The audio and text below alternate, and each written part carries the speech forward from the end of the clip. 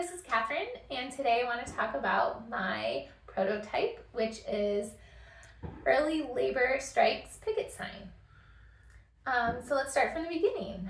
So last week, my maker's kit consisted of paints, like paint supplies, art supplies from around the house, since we have a lot of those. So different paints, so like paint markers, watercolor paints, and then just like regular paints and paint brushes.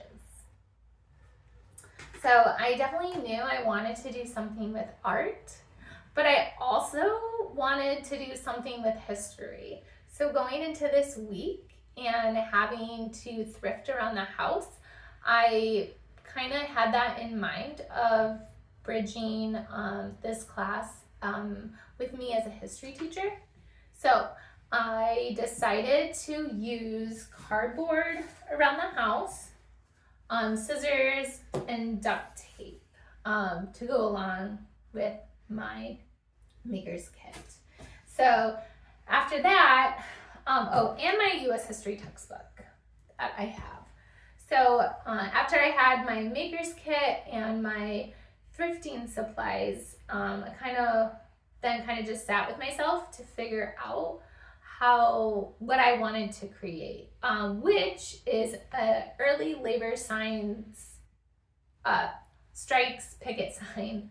And that comes from, I teach early labor strikes in American history.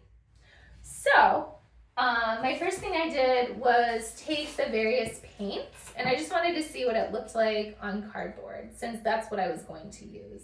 I actually ended up using a Sharpie because I was curious about that. You can see I have the paint marker, regular paints, and then the watercolor pencils. And I ultimately ended up using paint markers because they were a lot easier to use, and you could handle them a lot better than paints.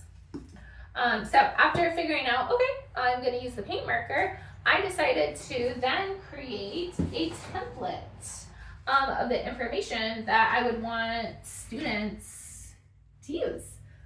So the name of the strike, the union involved, the company, date and location, reason for the strike, events and results.